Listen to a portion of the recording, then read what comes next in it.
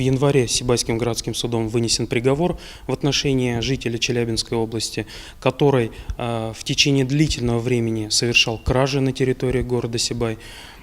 Подсудимый обвинялся в совершении 4 эпизодов преступления по части 3 статьи 158 Уголовного кодекса Российской Федерации и в совершении 9 эпизодов по части 2 статьи 158 Уголовного кодекса Российской Федерации. В ходе рассмотрения дела было установлено, что с ноября 2016 года по июнь 2017 года житель Челябинской области совершал кражи из строящихся и жилых домов, времянок, гаражей. Подсудимый похищал радиаторы, инструменты, отопительные котлы, продукты и иное имущество. Действиями подсудимого потерпевшим был причинен ущерб на сумму более 490 тысяч рублей.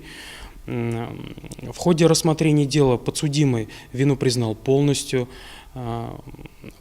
Учитывая характер и степень общественной опасности преступления, данные о личности подсудимого, иные материалы дела, суд пришел к убеждению, что необходимо назначить наказание в виде реального лишения свободы. Приговором суда подсудимому назначено наказание в виде лишения свободы на срок 6 лет с отбыванием в общей колонии, в колонии общего режима.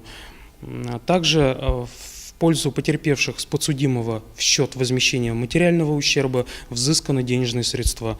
Приговор суда пока в законную силу не вступил.